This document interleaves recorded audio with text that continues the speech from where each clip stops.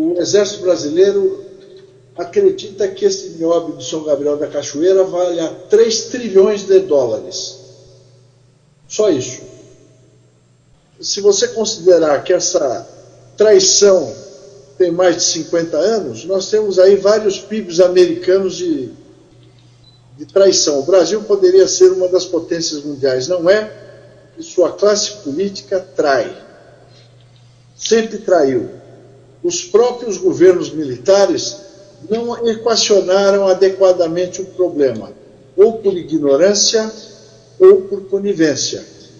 Mas, já antes disso, o Brasil já era roubado por potências internacionais que têm todo o interesse de nos deixar na miséria. First of all, over 90% of global production comes from Brazil. Secondly, there are only 3 primary producers of niobium or ferroniobium globally, with the majority of production coming from CBMM, a large private Brazilian company which produces approximately 85% of global production. Existe uma companhia chamada CBMM, que é Companhia Brasileira de Mineração e Metalurgia, que ela é uma joint venture do Moreira Salles, do banco, com a Moly Corp, a Moly Corporation, que é uma subsidiária da Occidental Petroleum, que vai, no final é Grupo Rockefeller, né? E eles são sócios desta mineradora em Araxá, Minas Gerais.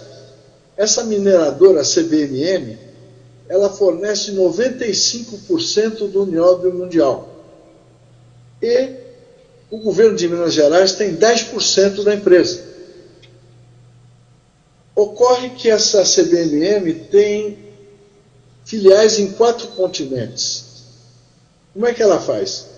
Ela exporta o nióbio para ela mesma, para suas filiais, inclusive na China continental, por $48 o quilo.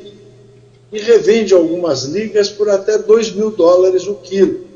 Então, segundo o engenheiro de mineração espanhol, ele fez o estudo, calculou que o Brasil perde por ano, a economia brasileira perde por ano, só em nióbio, em razão desse subfaturamento de exportação, 100 bilhões de dólares por ano. Se você considerar os outros minérios, nós chegamos naquelas cifras de $1 bilhão por dia. Só que o Brasil, o povo brasileiro, a nação, não se beneficia disso, porque isso é subtraído da economia do Brasil. Sequer paga imposto. Só essa conspiração do nióbio seria suficiente para o brasileiro não pagar mais imposto de renda, porque ela é superior à arrecadação do imposto de renda da pessoa física. Não é? Então, os senhores estão vendo que a conspiração mineral é muito mais grave que a corrupção dos canalhas da política. Só que esses canalhas, eles conseguem ascender ao poder concordando com esta conspiração mineral. Todo presidente brasileiro eleito vai passar como convidado uma semana, antes de tomar posse, uma semana em Araxá, nas dependências da CBMM. Eu já fiz uma denúncia sobre isso num programa chamado Conexão Brasil, que é de TV aberta, e a CBMM não respondeu. Ela disse que era tão absurda a alegação que ela não iria responder. O fato é que o senhor Lula ficou lá, quando eleito em 2002, com uma semana em Araxá. O Fernando Henrique, que é o santinho, né, tido como estadista, ele teve a coragem de fazer piada com Araxá. Quando o Clinton, presidente da República dos Estados Unidos, esteve no Brasil, ele quis fazer blague com o Clinton. Ele apresentou o prefeito de Araxá e falou: esse aqui é o prefeito da cidade mais importante do Brasil. Aí o Clinton falou: não diga, que cidade é essa? Ele falou: Araxá. O Clinton falou: conheço muito Araxá. Ou seja, um presidente hipócrita fazendo blague da traição que ele cometia contra o Brasil. Agora, as Forças Armadas sabem disso.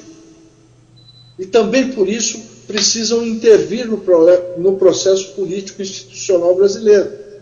E apenas a força da nação é que pode impedir essa situação.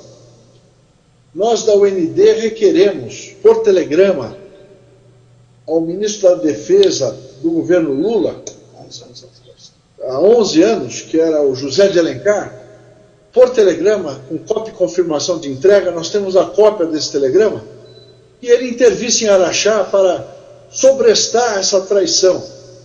A resposta dele foi que não conhecia. Ele respondeu 6 meses depois e alegou que o Exército não confirmou as denúncias. Só que ele renunciou imediatamente ao Ministério da Defesa. Ele não quis segurar o problema. Agora, os governadores de Minas Gerais também traem. Por quê? Porque bastaria uma auditoria do governo de Minas Gerais, que detém 10% da CBMM, para levantar essa traição. Seria muito simples. Continuando a questão, a Associação dos Auditores Fiscais requereu ao Ministério Público em São Paulo, Federal, a Procuradoria da República, a instauração de inquérito e me arrolou como testemunha. A Procuradoria da República de São Paulo remeteu o requerimento para a Procuradoria da República em Minas Gerais. Os procuradores da República de Minas Gerais arquivaram o inquérito porque alegaram que não tinham encontrado. Como se eu não tivesse CPF, como se eu não tivesse endereço. Então é uma traição. O Ministério Público está envolvido nisso. Os governantes de Minas Gerais estão envolvidos nisso. E a Presidência da República está envolvida nisso há muitos anos. Eu tenho denunciado isso para as Forças Armadas também. E não tenho visto nenhuma ação. Eu não tenho visto nada que pudesse obstar. Esse telegrama tem 11 anos. Até agora, 11 anos, 100 bilhões de dólares por ano. Nossa. Já é 1 trilhão e 100 bilhões de dólares. Tá? A partir do momento que eu remeti e assinei esse telegrama com cópia e confirmação de entrega, já o Brasil perdeu 1 trilhão e 100 bilhões de dólares. Eu estive no início do governo Lula, em 2002, fui eu e um coronel, 2 coronéis do Exército, nós fomos conversar no gabinete do superintendente da Polícia Federal da época. Explicamos tudo para ele, ele falou assim, fala quem é que eu vou prender. Eu falei, é o seu chefe, é o Lula. Ele falou, então não posso fazer nada. As testemunhas que estavam comigo, 2 coronéis do Exército, um deles da Ativa, são testemunhas disso. Nós estivemos lá no gabinete do superintendente da Polícia Federal em São Paulo. E ele falou, contra ele não posso fazer nada. Eu falei, então tá bom, boa tarde. Quer dizer, sabe, a coisa é tão absurda que ela passa por teoria da conspiração. Mas eu passei para vocês o documento, o telegrama, está aí.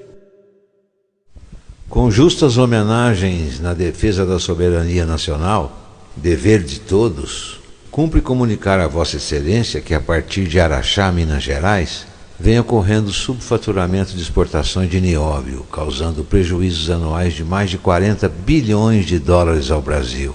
Essa ação deletéria é do conhecimento dos comandantes das Forças Armadas que reportam-se ao seu ministério e podem confirmar os fatos.